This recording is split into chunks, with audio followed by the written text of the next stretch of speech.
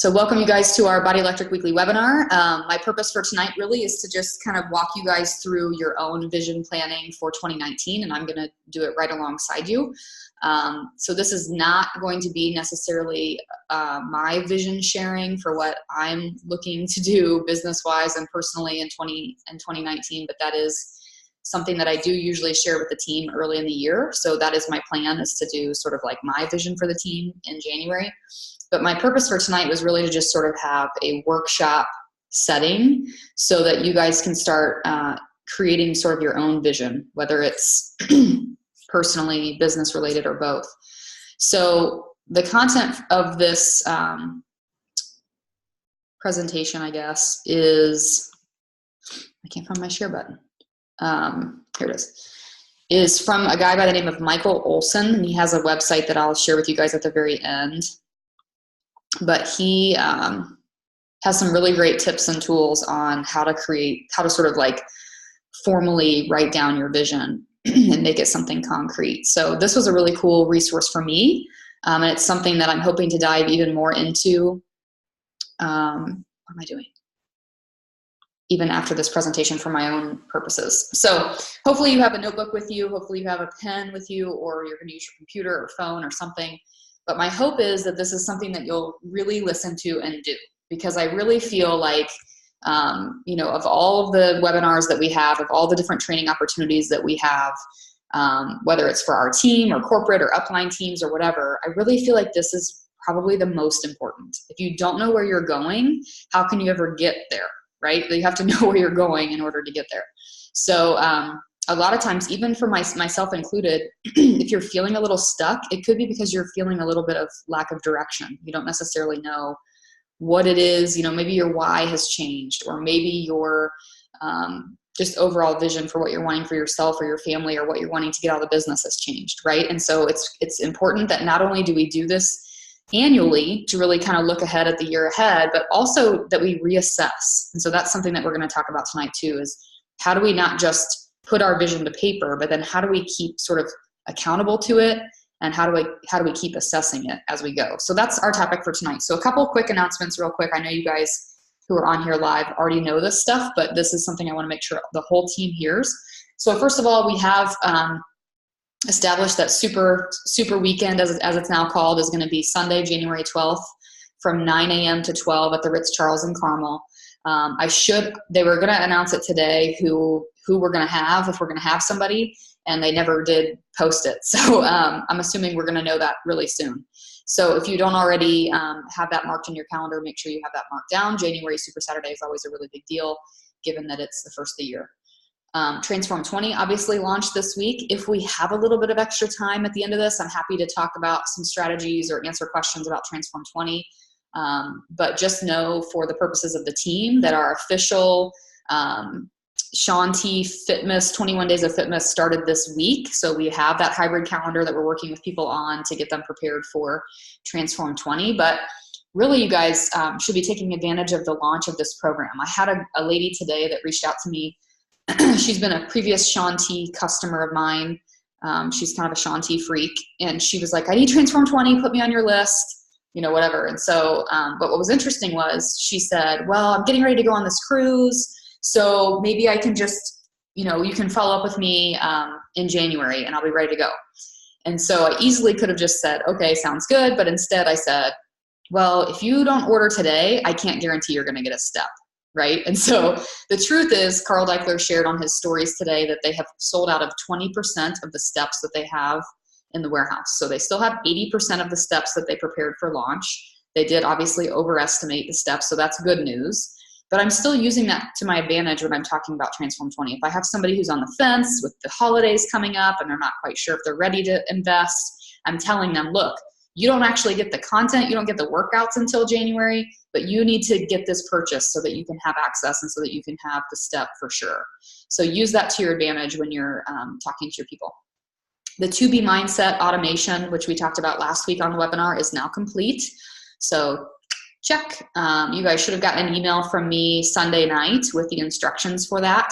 So it should be super simple to opt into yourself as a coach. Hopefully you want to see what that content is. and then for you to plug your to-be mindset customers into as well.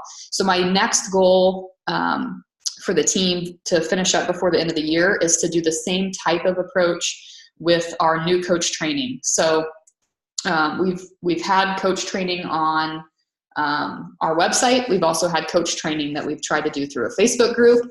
And my goal is actually to set this up through email automation, because I think it'll be an even better way to facilitate daily efforts on behalf of a new coach. So I think it's going to be a really great platform for that. So that's something that I'm working on as well to finish by the end of the year. Okay. So did anybody have any questions about any of that stuff? Looks like I have some chat. I don't know if I can see the chat while I'm sharing my. I just had a question, Jenny. It said Sunday the 12th, but Sunday's the 13th, Saturday's the 12th. Is our super weekend on Saturday or Sunday? Indiana's is on Sunday. So it's Sunday. Okay, it's the 13th. Yeah, I took it from the graphic that the market council had shared, so maybe it was the wrong okay. date. But yeah, that's okay. I just need to know Sunday. Yeah. Thank you. It is Sunday from 9 to noon. Yeah, and we're supposedly getting someone, but we don't know if that someone is a trainer or if it's somebody from corporate. We don't know. We were supposed to know today. So I have heard rumor that Sean T is headed to Chicago on Saturday. So I'm thinking Chicago's pretty close to Indy, right? Like maybe he'll go to both. And I also know that I think it's Autumn or somebody is going to be in like Ohio. So I thought, I don't know, maybe we'll get somebody cool. I'm not sure. I don't want to, even if we don't, we should still be at Super Sunday, right? I want to put that disclaimer out there. But we should know soon. You can all drive up to Chicago and bunk with me. Yeah, for sure. This is okay, so business, but I'm sorry, what?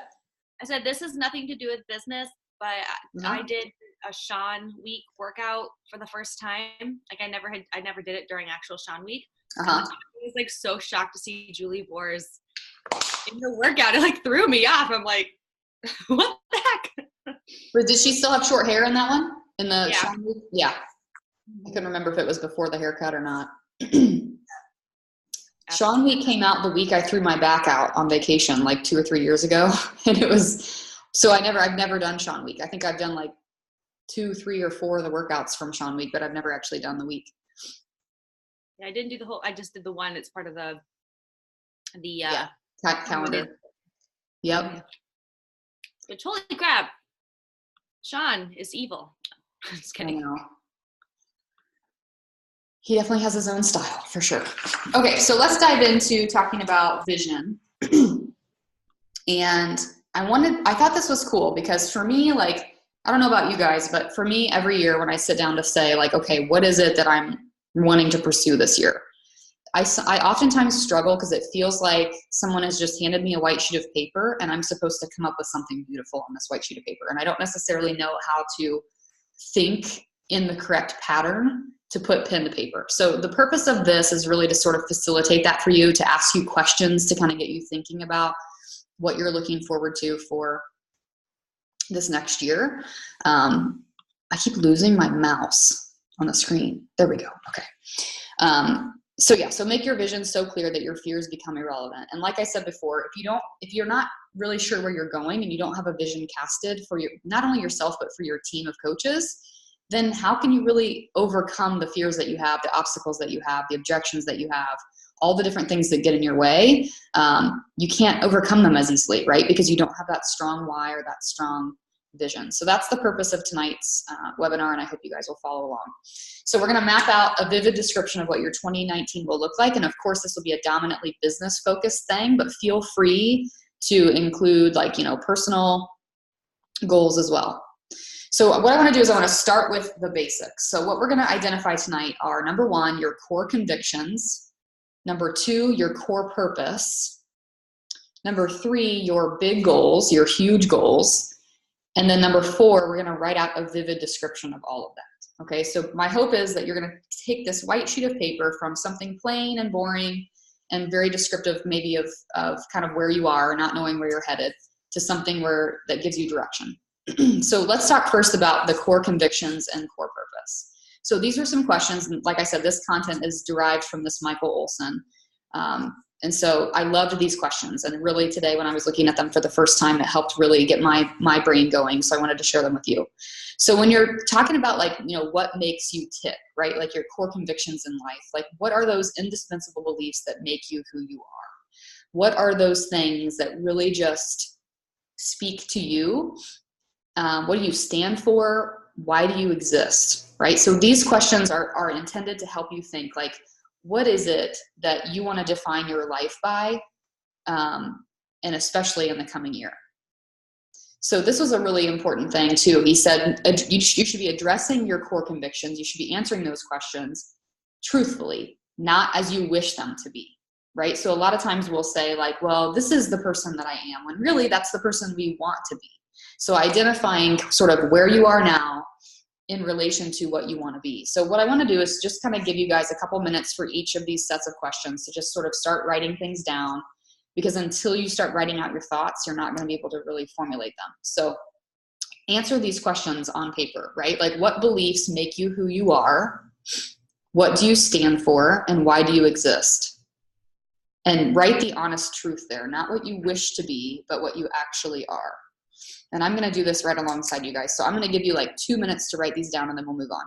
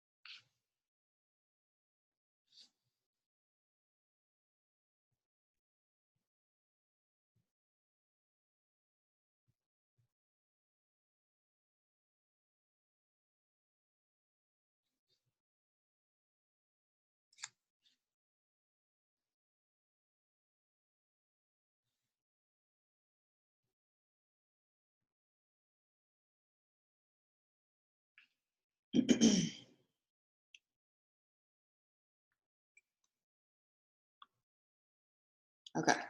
So some of mine, just off the top of my head, was things like women empowerment, strong moms, organized life, adoption, helping people get stuck with being unstuck in their health, or helping people that are stuck get unstuck with their health, to lead, to mentor, to encourage growth with intentionality, and family is my priority.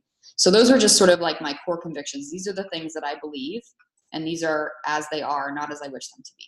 Okay, so now we're going to move on. These are some more questions that he asks in case you felt stuck for those. I kind of drilled it down into those being like the core questions. But if you're feeling like, I don't really know like how to answer that, here are some more questions that this Michael Olson brings to our attention. He says, how would I describe my core convictions to my children?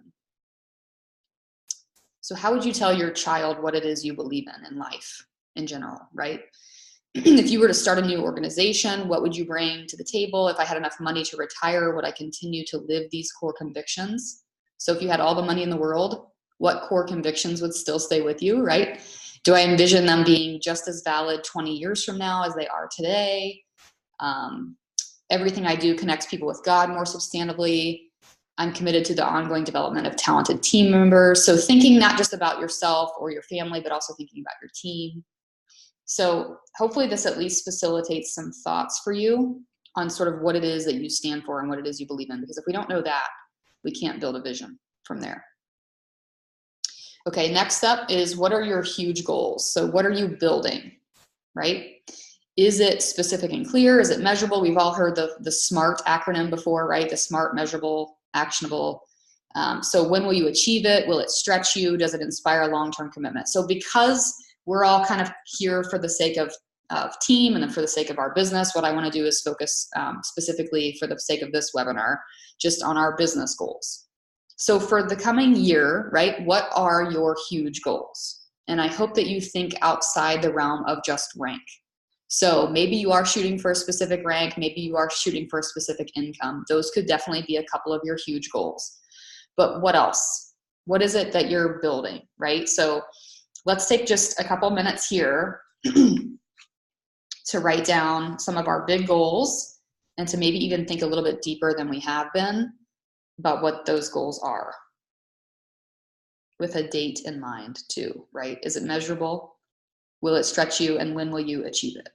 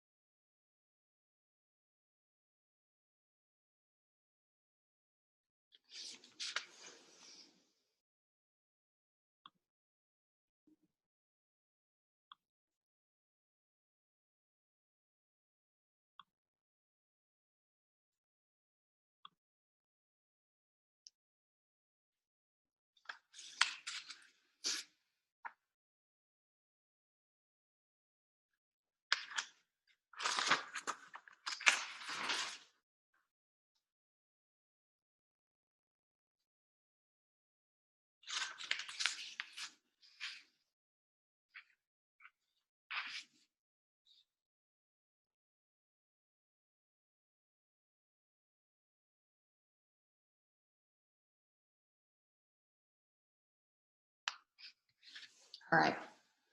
Okay, so now obviously the goal is to look at this list that we just created of our big goals and to circle the one goal that represents what he calls your Mount Everest summit goal. So what is your biggest goal, right? Shalene calls this our push goal.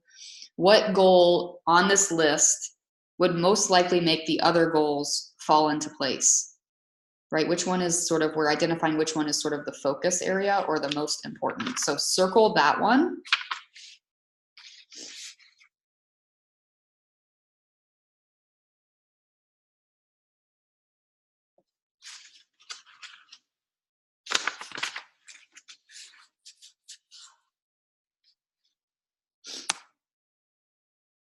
Okay. All right, so now we're going to move into sort of the vivid description.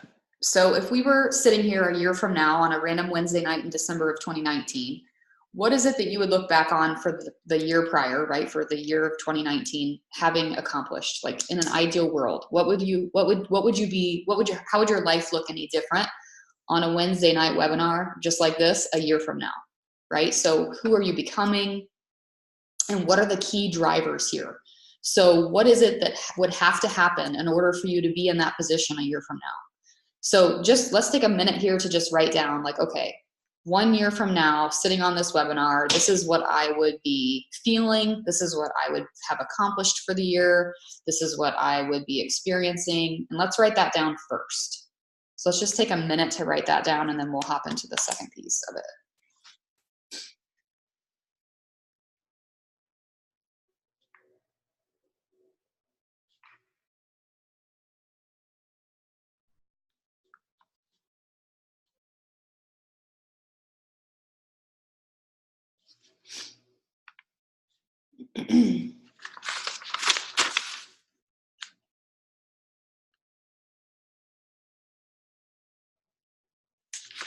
Okay. So then the second question then is to say, what would have to happen to get me from where I am right now in this particular seat on this Wednesday night to the vision that I have just sort of established for myself a year from now? What would have to happen, right? So maybe for some of you, it is, if I want to take ownership of my relationships and I want to take ownership of my business, or I want to start, improving my, in the area of time management for myself, right? Whatever that is, it could be that simply implementing a calendar or a planner for you would be like the biggest game changer in the world. Something very simple, but it could be, sort of the driving force to ensuring that those things happen. So that's what we're looking at here. Taking a look at these things that you've just written down for what you want to be a year from now, who you want to become, and then writing down the steps or the actions or the key drivers as to what would have to change. What about you would have to change? What about you would have to what would you have to make a priority in order to get there? So let's just take another couple minutes to write those things down next to our vivid description.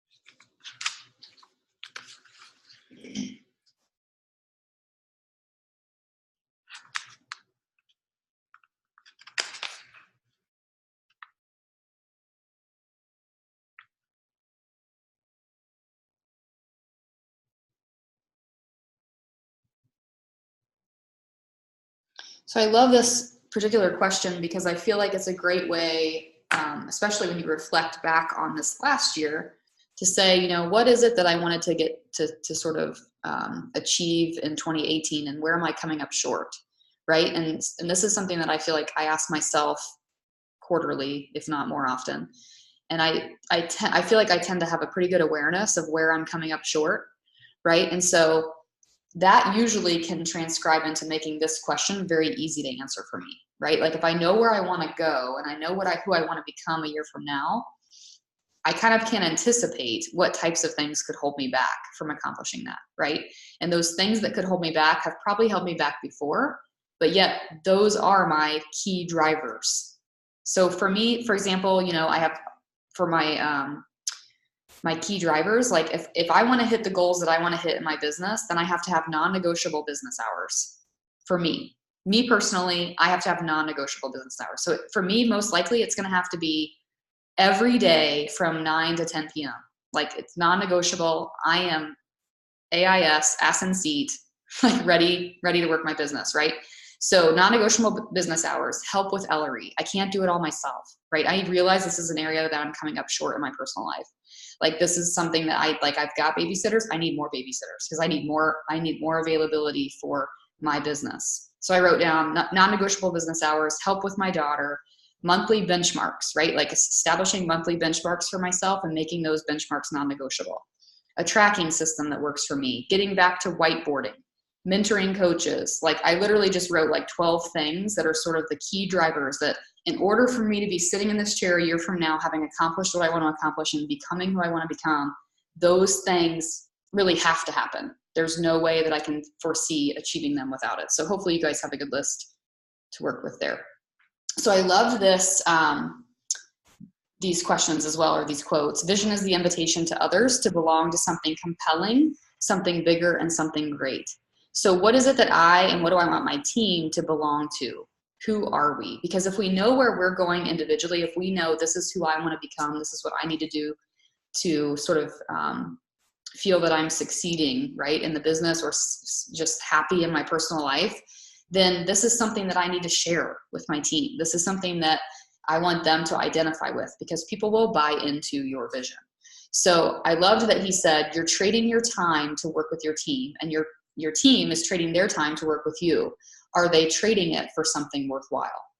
So you guys have heard me say probably before that I felt so stuck for so long in my business at like when I was diamond, 1-star diamond for like literally 3 years in a row. And I literally felt so stuck. And then I realized that like the reason people weren't coming alongside me was because I had never shared with them the vision of where I wanted to go.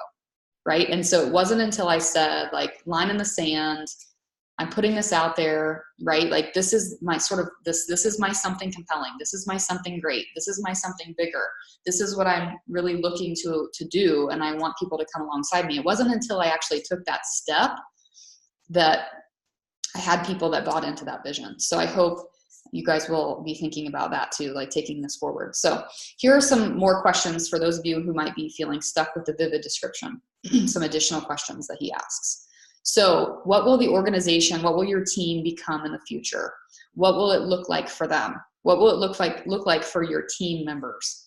How will it make them more successful? What should the organization look like? What should the team look like? What should it feel like to be on my team? What should it have achieved? If someone writes an article for a magazine about my team, what will it say?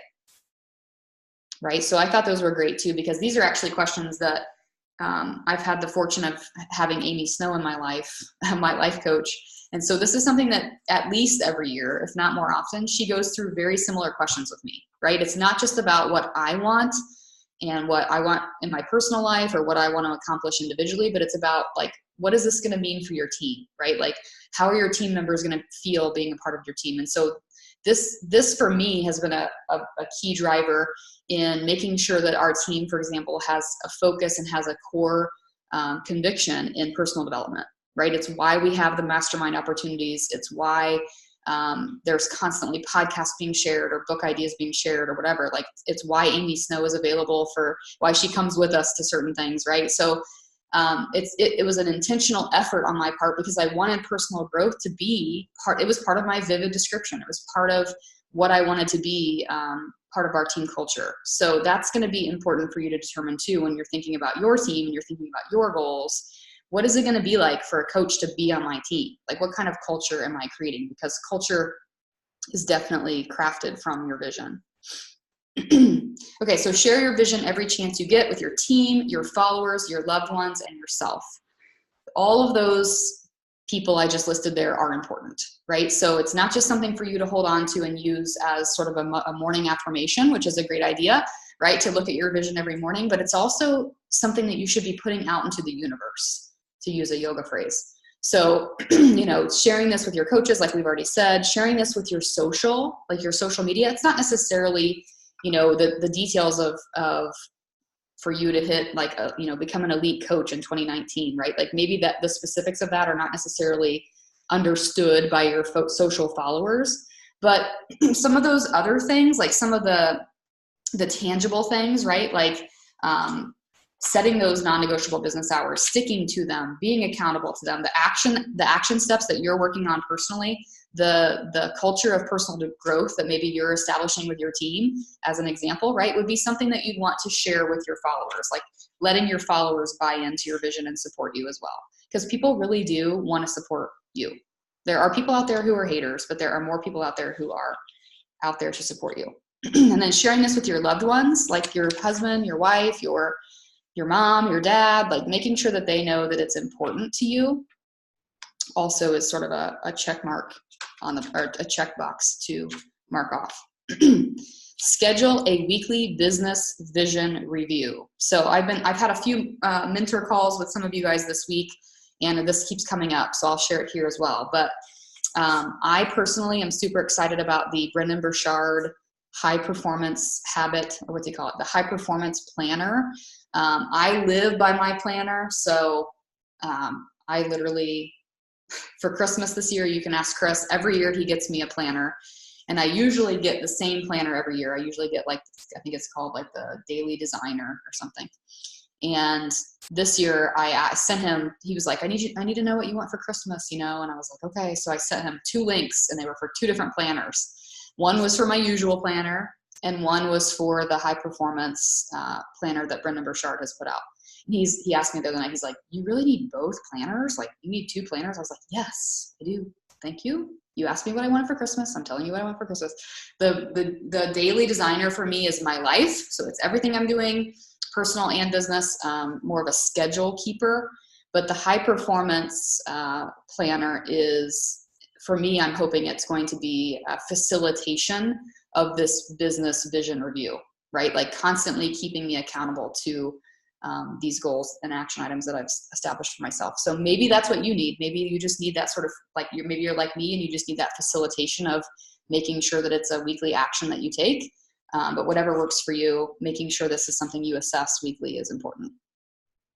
So to accomplish vision, a change in culture must occur. And when it's regularly and clearly communicated, people have the opportunity to understand, take ownership, and live out the vision. So talk about it everywhere you go. Vision and strategy are both important, but there is priority in them. Vision always comes first. If you have a clear vision, you'll eventually attract the right strategy. If you don't have a clear vision, no strategy will save you. And this is, I actually had this exact quote in, I think I've used it for every vision webinar I've ever done, whether it's me sharing my vision, doing this same type of workshop, whatever. And I think it's so important because I think so many times I see coaches that get so sort of in this chicken or the egg with strategy, right? Like coming up with new strategies for executing goals. And it's just over and over and over, chicken and the egg, until finally they wind up stuck, right? Or they're still in the position of being stuck. And I think it all stems from having a lack of clear, vivid vision. I really do. So I'll leave you guys with this. So my 2-year-old is she's super chatty these days, and she's super, I guess she's becoming easier to read. So we're kind of getting a better feel for her personality and sort of like the things that she's into, the things that she's not into.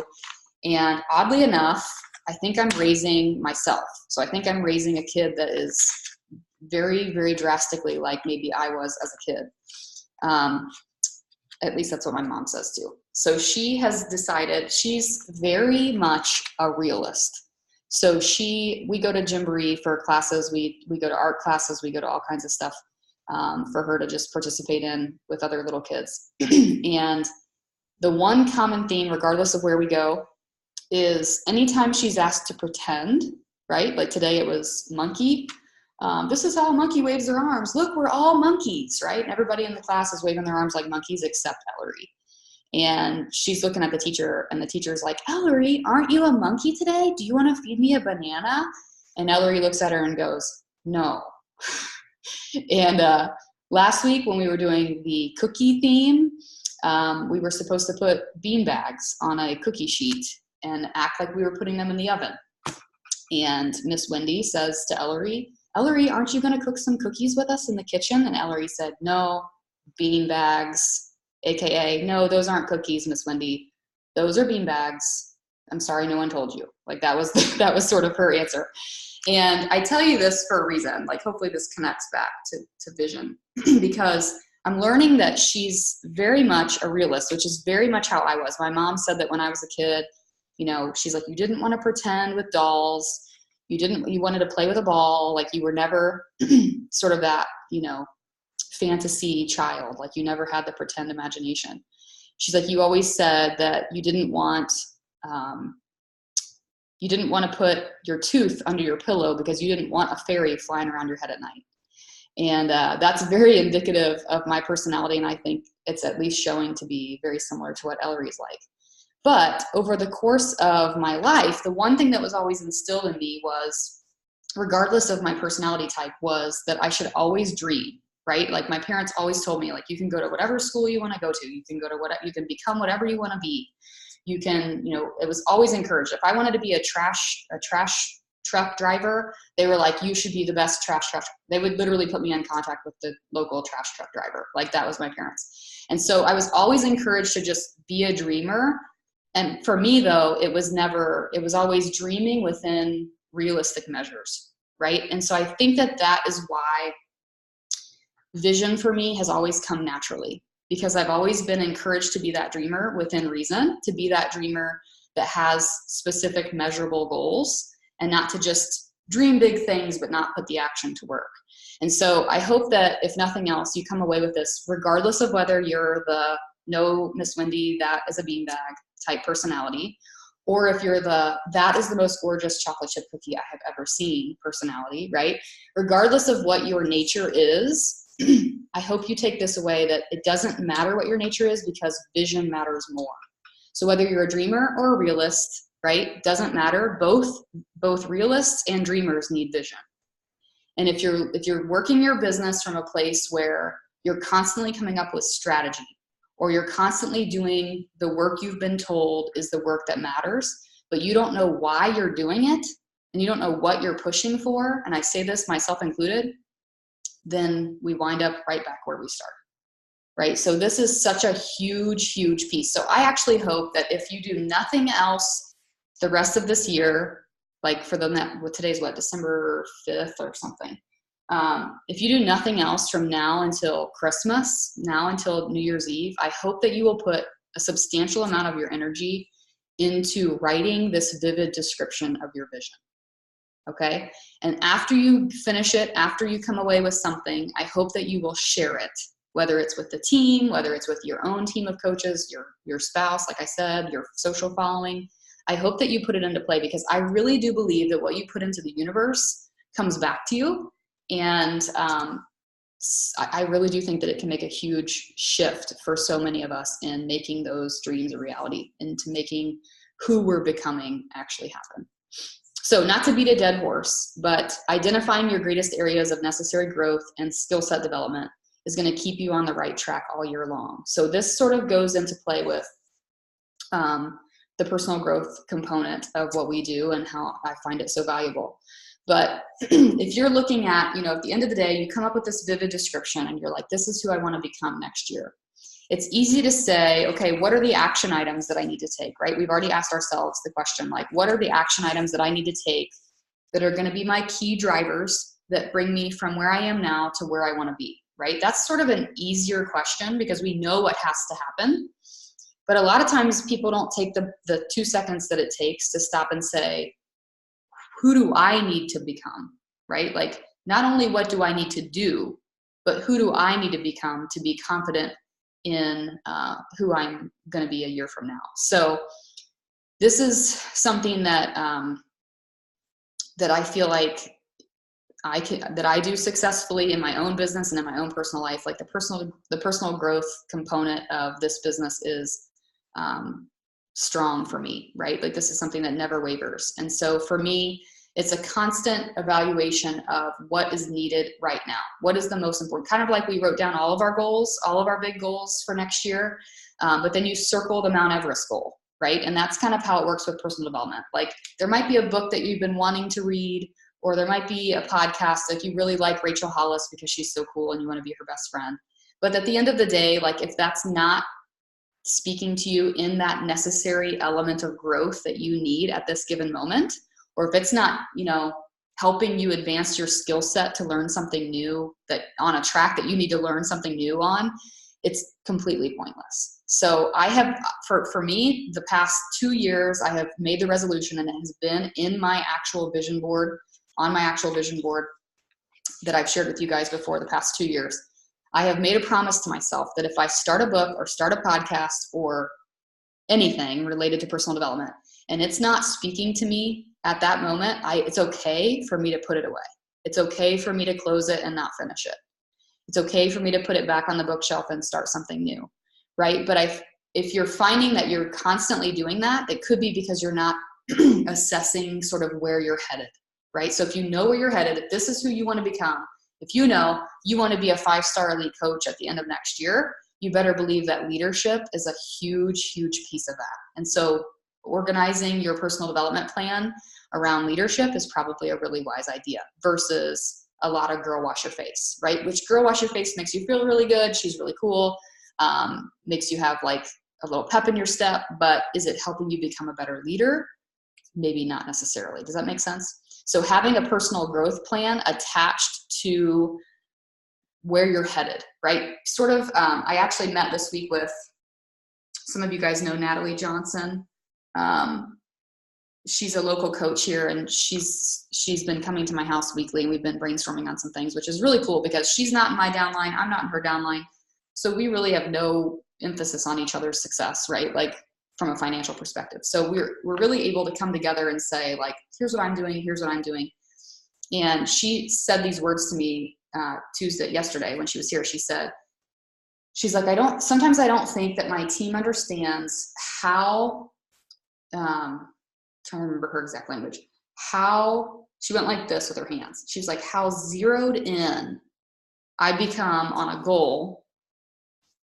And then I stick to that, like everything falls into that goal, right? Like she wants to become, right, we're sharing our goals, and she's like, I want to become a 5-star diamond coach. I want to walk across the stage at Summit. And so that's one of the things in her vision, right? And so for her, like, she aligns her personal development plan. She aligns her action steps every day. She aligns those key drivers with that. And she literally used the phraseology with me that she literally puts her blinders on, right? Like she went like this. She's like, I put my blinders on and it's all I do. I don't do anything else. If someone asks me to be part of something else and it doesn't align with my, where I'm going, I don't want any part of it. Right. And so I thought that's so brilliant, because I think that probably is what establishes a lot of top coaches from the rest, is that they're able to just say, I'm putting my blinders on. This is where I'm going. These things are aligning with where I'm going, and that's all I'm going to do. And so if that speaks to you, I think that that's a valuable piece too. So aligning your personal development plan with your huge goals and making sure that they work in alignment with them is key. Okay, so last but not least, and then we can take questions and open stuff up too. So when it comes to sort of establishing your vision for next year, I want you to think about how you would help a challenger through an accountability group, right? Because sometimes I think it can be sort of far-fetched for us to think about these big goals. So if you're working with a new challenger who comes into your challenge group, your Transform 20 group, and they're like, hey, I've got some weight to lose. This is where I want to be. And you kind of work through those questions with them on what their ultimate goals are. And they tell you what their ultimate goals are, right? And it doesn't really matter what they are. How is it that they are going to stay focused and motivated throughout the year to make those goals happen? We know, right, that sticking to a nutrition plan is going to work for them, right? Like having a nutrition plan that works. We know that pressing play every day, that drinking Shakeology, we know that what those key drivers are to helping them achieve whatever goal it is that they're after, right? We know that it's going to take consistency, that they can't just follow a 21-day program and then reach out to you again in March when the next program releases. Like, they need to stay committed and consistent. We also know that when they verbalize to you what their goals are, they're more likely to achieve it, which is why we spend so much time in our conversations asking the questions that we ask. We make them verbalize what their goals are, right? So in some way, they're writing it down, they're communicating it. They're checking in to an accountability group every day. How do we know they're going to succeed? How do we know when somebody's going to rock their results? When they're the person checking into the challenge group. When we give them the title Rockstar Challenger, right? They stay accountable to their goals. They're coachable. They come to you after 60, 80 days of following a program or following your challenge groups, and they say, I've hit a plateau. What do I need to do? Right? They ask you for help. They're coachable. And they assess it as they go. They make changes as they go, and they see it through. So when we're looking at a rock star challenger, it's really easy, right, to make this analogy and say, this is what a rock star, if this person comes to me and says, this is what they want to accomplish, as their coach, they've got to put their blinders on and they've got to stick to these daily consistent actions. And so, but what's funny is coaches I'm talking to all of us here, have the same exact thing. We all have a goal in mind. All of us sat in the stadium at Lucas Oil at Summit and felt motivated and said, we're going to walk across the stage at Summit, right? We all have these vivid goals, but A, have we taken the time to write them down? B, have we taken the time to share them with not only the people we love, but the people who we need to buy into our vision in order for it to happen? And are we staying consistent with our daily actions every single day, the same way a challenger would have to press play every day and drink their shake every day? Right? So I want you to think about that, because it's so funny to me how sometimes coaches can say like, well, this is where I want to be, and this is where I am now, and I know what I need to do, right? You just have to do it. So my hope is that if nothing else, you come away from this tonight having this sort of vivid vision that you can put in front of yourself every day, that you can start to share and put out into the universe, because I really do think that it can be the absolute game changer for you in kind of getting you to where you're going.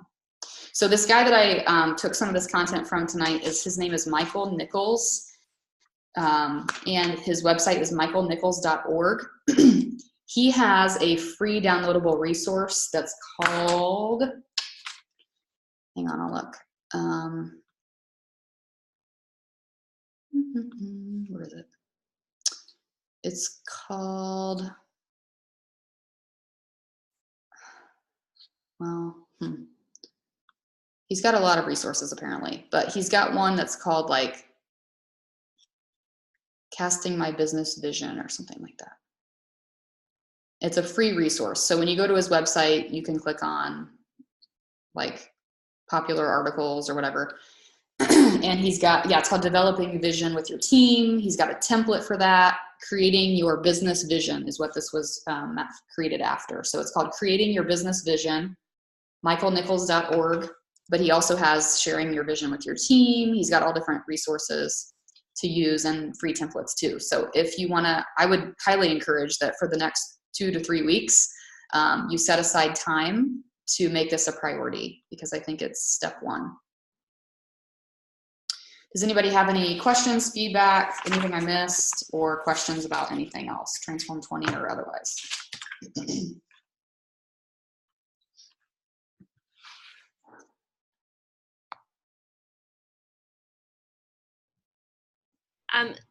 Just something kind of cool to confirm what you just did is in this book that I'm also reading along with the Brene Brown one. I did this exact exercise this morning during my personal development time. I was exactly the same. I'm like, oh my gosh, this is crazy. So very cool. What the book is? No Excuses. Is that what it is? Okay, yeah. Yeah, No Excuses, Brian Tracy. Cool. Anyway, but it was very cool. Awesome. So yeah, so for me, you guys know that I think every year for the past 5 or 6 years, as much as I do hate doing it, I create a vision board, just a virtual graphic. And then I usually make it the background on my phone or the background on my computer. And that way it's kind of in front of me all year long. So that's something that you can do once you feel like you do have that vivid description complete. If you want it front and center.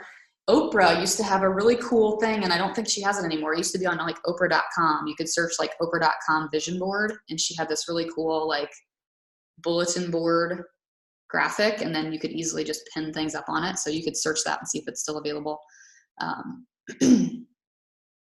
But to me, if you're thinking in the back of your mind that you're going to skip this step, if you're thinking, nah, it's not really a priority, then you might be in the same seat in the same position next year.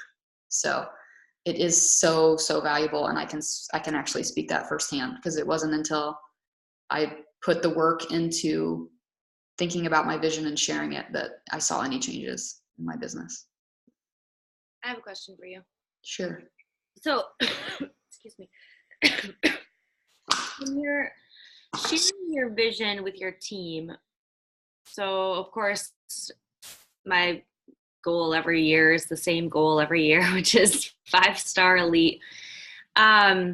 but this year, the way I came up with the number was I was like, okay, you can go diamond in 90. A person, not me, but a person can go diamond in 90 days. So I was like, okay, then I could be 1 star in March, 2 star in May, 3 star in July. And I just like went and I was like, okay, and that would equal, if I had 1 diamond every 90 days, that would equal 5 star by December 20th or by December. So then when I'm sharing my vision with my team, am I not like, okay, everybody, listen up. You're gonna go diamond in 90 days. Thanks. Yeah. I can tell you what I did, which was I had the goal of I don't remember I'll have to look back and see what my vision board actually said for 2015. But regardless, I think it's, it comes back to that slide that said, like, what is this going to feel like for your team, right? Like, what is it? You have to really embrace that. So when you're thinking through your vivid description, not only like what this is going to do for you and what your individual goals are, but how is it going to feel to then be one of those 5 coaches for them, right? Like if you're a 5-star coach, what's it going to feel like for them to be part of a first-time elite team or a 5-star team, or to see their leader walk across the stage at Summit, or to open up the opportunities that they might not know exist, right? So thinking sort of kind of like we talked about in the mastermind this week with Brene Brown, when she was talking about seeing life from other people's perspectives, right? Like taking the time and the energy to really like look through their lenses. So I would say when you're writing through your vivid description, kind of assess each question based on both, right? Like, what are you looking for yourself? What would it feel like to accomplish that as part of your team? And then that is how I would cast your vision to the team. It's not just, here's what I want to do, who's on board. It's, here's what we can do and how it's going to serve you and what that's going to feel like. Are you one of the people that want to play? Right? So I think the first time I ever put it out there, I think I literally like, I can't remember, I'll have to look back, but I think I put out like a graphic that had like a picture of like my 8 working coaches or whatever it was at the time, right? Which looking back, I think 5 of them have quit completely, if not more. But at the time it was more like, I put it out there and I was kind of like, are you my players? Are you my runners? Right? Like, because this is where I'm going and this is what I'm wanting to accomplish. And I want to work with the people who want to make this goal happen. And so the way I put it out there was kind of like, who are like, this is happening, like who are the 5 or the 8 or whatever that are going to be in the running to help make this happen. And so people really do want to buy into something bigger, something more compelling. And so I remember when I shared something regarding vision this year, like later in the year. And then I had a call with Laura after that, like a one-on-one call. And she was like, I just want you to know, at the end of our call, she's like, I just want you to know that like, I really enjoyed hearing your vision because I feel like I'm so much a part of it and I want to be part of it. And like, just hearing me say something about wanting to adopt a second child and working this business with that as my why, right? Like inspired her to want to be part of that and to be part of the success of that. And so I think, don't undervalue what other people might want to be part of when it comes to being part of something bigger, and casting the vision of what that bigger thing is going to look like and feel like for them is going to be most attractive. Anybody else have any input on that? No?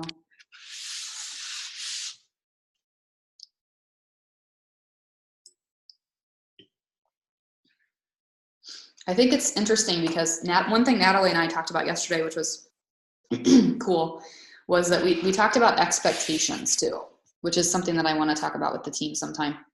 But sort of, she was telling me that she's been stuck a little bit with new coaches. So she's like, I feel like we both have a focus on new recruiting. So that's why we were talking about it. And she said, well, I feel like I bring coaches in and then I instantly get the, well, I just want to put the disclaimer out there that I'm not going to work this full time, or I'm just going to put the disclaimer out there that I don't have enough time. I'm really busy. So so in other words, from the get-go, they're telling her that they're going to half-ass the business, right? And so she's like, I'm really stuck with that. Like I keep getting that over and over and over. And she's like, what do I do? And so my advice to her was really just, well, I think you're thinking about it wrong. Like I think you're thinking about it from, you know, the point in time that a person joins your team. And you're saying, gosh, you know, this person's coming on my team, and then all of a sudden they're telling me they don't want to work the business that much. So what that tells me is that there is some sort of disconnect or miscommunication about what it takes to work the business successfully, and also that you haven't established expectations before the moment they've joined the team. So when it comes to the actual recruiting process, in my opinion, setting the expectations that this is going to be a mentorship relationship. This is going to be something where you're not going to be good at it right out of the gate, and we're going to work on it together. But those expectations of, yeah, you're going to have to talk to people. Yeah, you're going to have to share your story. You know, yes, transformation posts are always great. You know what I mean? Like all those things where you're sort of like setting the expectations almost before they become a coach, so that when they become a coach, they don't feel like, oh, well, my coach is a full-time coach, right? In the case of Natalie, I'm sure her people are coming on saying, oh, well, she's got all the time in the world and she's been doing this for 5 years or 6 years. So I can't do that, right? So they instantly think about why they can't do what their coach is doing, instead of having the expectations in advance that they're going to do this together and that this is what they need to be, the effort that they're going to need to be putting in. Does that make sense? So in other words, she's like, I feel like I'm recruiting people who are not overachievers like me, and I want to recruit people who are overachievers like me. And so if you want to recruit people who are overachievers and self-motivated like you, who show up to team calls like this like you, then that's the expectation that has to be set when they come on board. It kind of all comes back to that for those of you guys in the Rank Attack group, like last week when I said that about, you know, do you tag your coaches and say, hey, I hope you don't, you know, I hope you're not busy tonight. Hope you can make the call. Or is it an expectation? Tonight is our team call. I'll see you at 9. Right? And it's those small, subtle tweaks of just how you treat your business, and it's going to make the difference for people. So yeah, that was a huge realization for me too, because a lot of times I think that can be the case. We look at something and we say, why is this not working? You know, like why is it that all my coaches are telling me that they don't have the time to work the business? Why are they all half-assing is what she kept saying. And the truth is, because there were no expectations of what that effort should look like. And so they think in their head that their effort needs to look like your effort. And they have this imaginary fantasy that your effort is like an 8-hour day, you know. They don't know, they don't have realistic expectations. So yeah.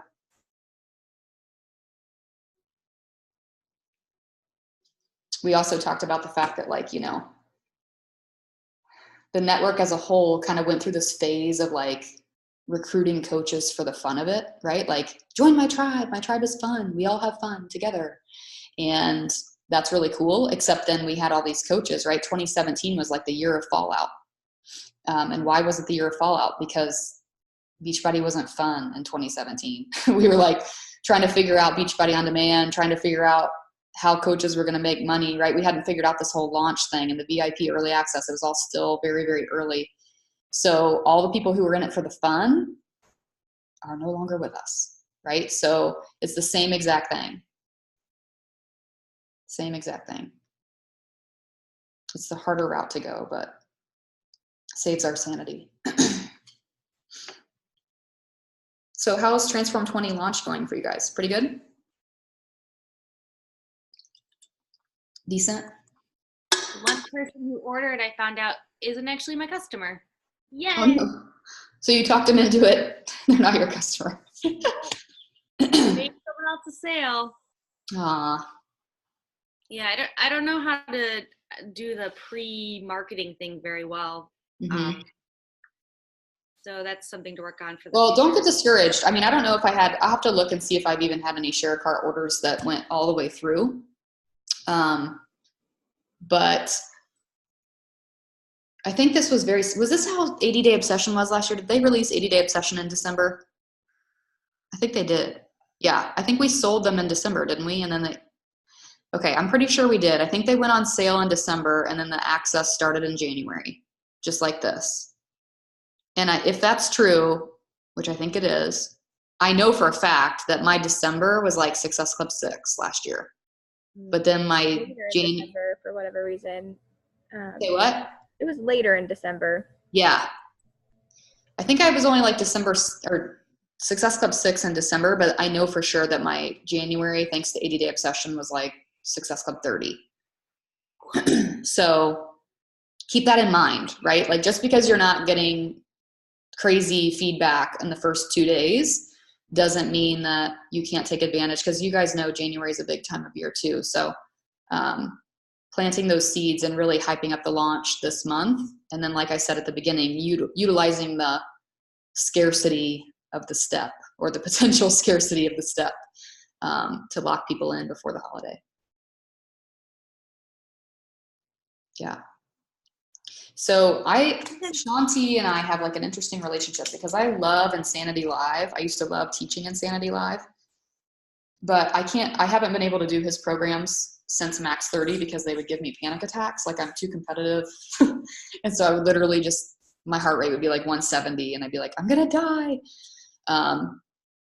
So I can't say that I'm necessarily going to be pursuing Transform 20. I will do it, but I'm not necessarily, I actually think 80 Day Obsession and Autumn's programs are typically more up my alley these days. But I think that there is he has a huge following, like individually. He has a huge brand awareness. So I have made the exception on my social media recently to share, like I think I posted like the graphic of, Shanti Transform 20 releasing and his workout that he did at 3 a.m. or whatever. Like I wouldn't normally be advertising a trainer necessarily, but I think Shanti is someone special. Like I think there's a special, and I think it is what has drawn a couple people to reach out to me about it who are previous Shanti customers too. So, so don't give up on it. Just because you've had the first couple of days, you haven't been like crazy busy doesn't mean that the rest of the month or January won't be successful from it. Cause we always have launches always bring in a good volume. I feel like I've kind of been that way with the last 2 launches, both Live 4 and 80 Day Obsession. Like it's not always instant, but actually 80 Day Obsession, because I was pregnant, I was concerned that I wouldn't be able to get people on board with me because I couldn't actually do the program. And I think I really started talking to people about it 3 weeks after, and I still had a lot of people join with 80 Day Obsession. So, I mean, you just never know. You can't really base it off the first few days. Yeah. I feel like I'm putting in a lot of share carts, but then people are getting sticker shock, and I'm wondering if I should approach letting them know how much it's going to cost differently. Like they've been like, yeah, I'm all in, and then they like get the share cart and they're like, holy crap, no, it's Christmas. Or, are you talking Shakeology with them before you send it? No. Okay. Yeah. So reverse the order of your conversation. Okay. Yep. So like earlier today, for those that are listening to the recording too, like we had a private conversation about how there are really 3 token questions that you want to get answers to with people before you serve up their solution, right? So question number 1, what would you say is your ultimate goal?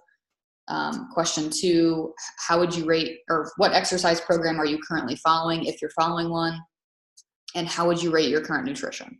Those are like your 3 token questions for almost every conversation. Unless somebody's like, hi, you're awesome, please send me a share cart. Like you're pretty much going to ask these questions every time.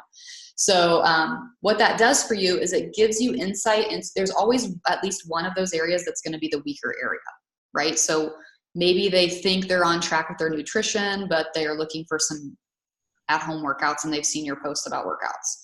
So then you know that the harder sell for you is not going to be the workout program, it's going to be the nutrition, right? Or vice versa.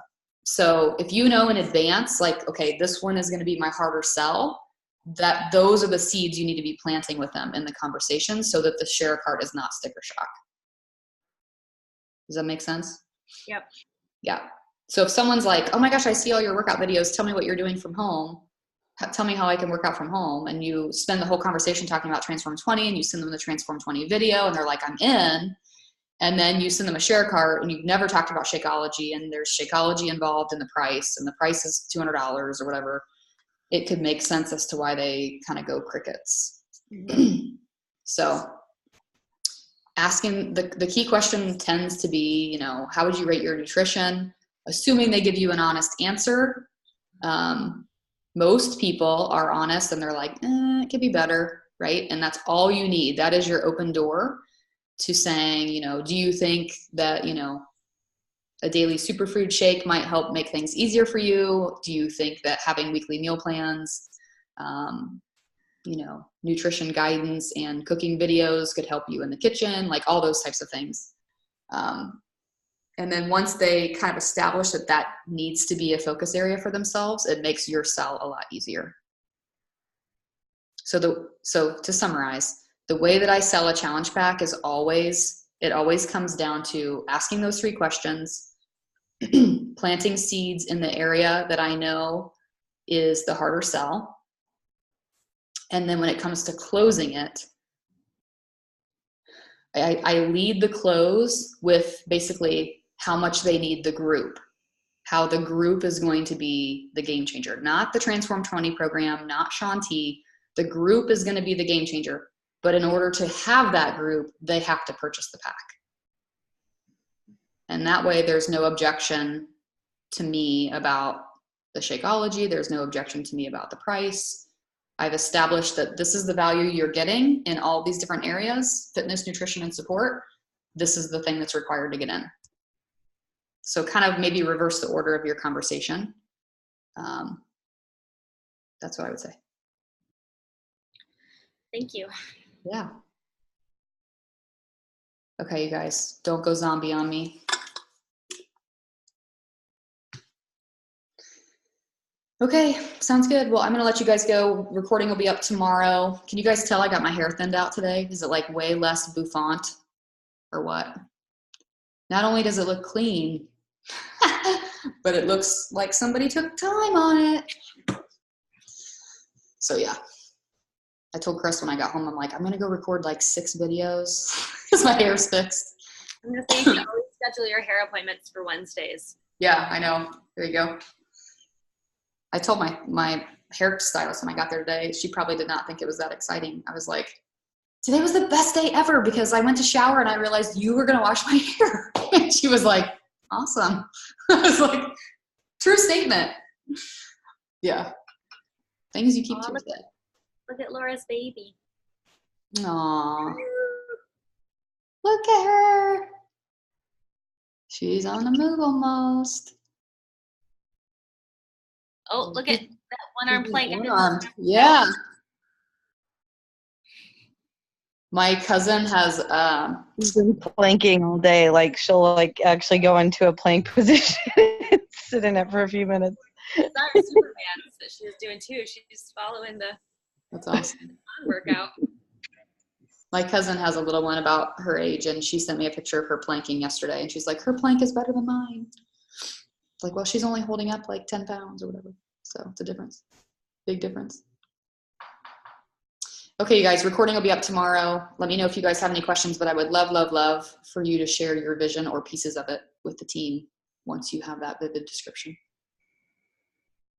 Have a great night.